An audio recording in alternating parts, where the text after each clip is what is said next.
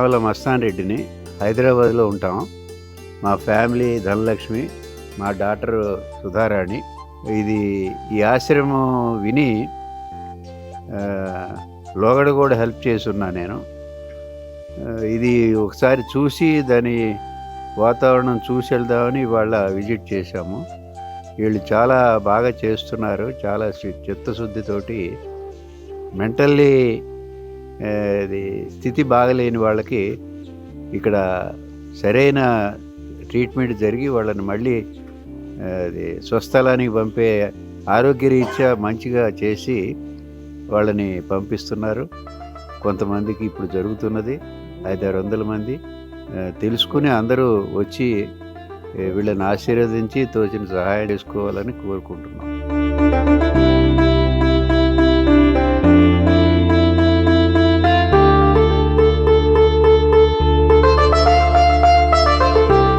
అమ్మా నాన్న అనాథాశ్రమంలోని అభాగ్యుల ఆకలి తీర్చేందుకు మానవతామూర్తుల అన్నదాతల సహాయాన్ని కోరుతున్నాము.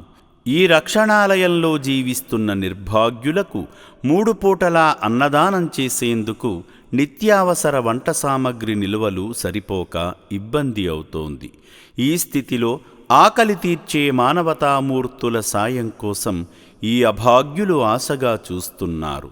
దయగల దాతలారా, వీళ్ళు మీ బిడ్డలే అనుకుని నిత్యావసర వంట సరుకులను అందిస్తే వాళ్ల ఆకలి తీరడం ద్వారా ఆ పుణ్యమంతా మీకే దక్కుతుంది.